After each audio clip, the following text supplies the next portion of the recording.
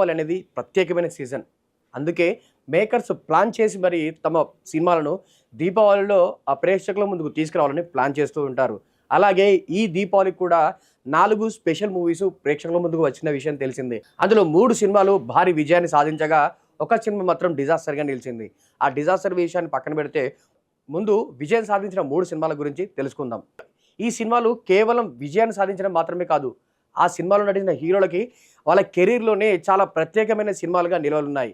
ఆ సినిమాలు ఏంటో, ఆ హీరోలకు ఆ సినిమాలు ఎందుకు ప్రత్యేకమో ఇప్పుడు తెలుసుకుందాం. ఈ 3 సినిమాల్లో ముందుగా వచ్చిన సినిమా కా.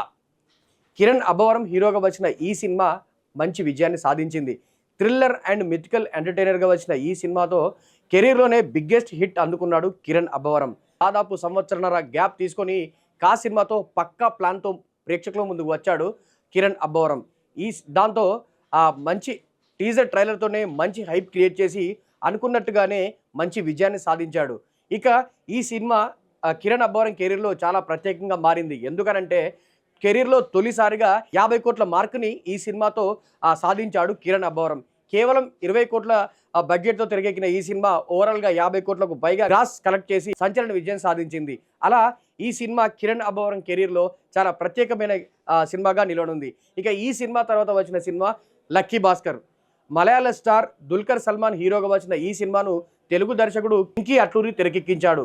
ఈ సినిమా బ్యాంకింగ్ సెక్టర్లో జరిగే మోసాలు, అలాంటి మోసాల నుంచి బ్యాంకింగ్ సెక్టర్లో పనిచేసే వాళ్ళు ఎలా తప్పించుకుంటారు, ఎలా సంపాదిస్తారు డబ్బుని అనే కీలకమైన అంశాలతో తెరకెక్కిన ఈ సినిమా కూడా సూపర్ డూపర్ హిట్గా నిలిచింది. సరికొత్త కథనాలతో వచ్చిన ఈ సినిమా బాక్సాఫీస్ దగ్గర ఏకంగా 100 కోట్లకు పైగా వసూలు సాధించింది. అలా దుల్కర్ సల్మాన్ కెరీర్లో 100 కోట్లు సాధించిన తొలి సినిమాగా లక్కీ భాస్కర్ నిలిచింది. అలా ఈ సినిమా ఆయన కెరీర్లో ప్రత్యేకంగా మారింది. ఇక ఈ సినిమా తర్వాత వచ్చిన emotional movie Amaran. Indian army major జీవిత కథ ఆధారంగా వచ్చిన ఈ సినిమాలో సాయి పల్లవి, శివకార్తికేయన్ జంటగా నటించారు. రాజ్ కుమార్ పెరియస్వామి ఈ సినిమాను తెరకెక్కించారు. ఎమోషనల్ అండ్ ట్రూ ఇన్సిడెంట్తో వచ్చిన ఈ సినిమాకి ఆడియన్స్ ఫిదా అయిపోయారు. ఇక ఎస్పెషల్లీ సాయి పల్లవి నటన గురించి ఎంత చెప్పినా తక్కువే. క్లైమాక్స్లో ఆమె ఇచ్చిన పర్ఫార్మెన్స్కి ప్రతి ప్రేక్షకుడు కంట నీరు పెట్టుకున్నారు. ఆ రేంజ్లో ఈ సినిమా ఆడియన్స్ని కదిలించింది. ఇక ఈ సినిమా బాక్సాఫీస్ దగ్గర ఏకంగా 300 కోట్లకు పైగా గ్రాస్ కలెక్ట్ చేసి సంచలన విజయం సాధించింది.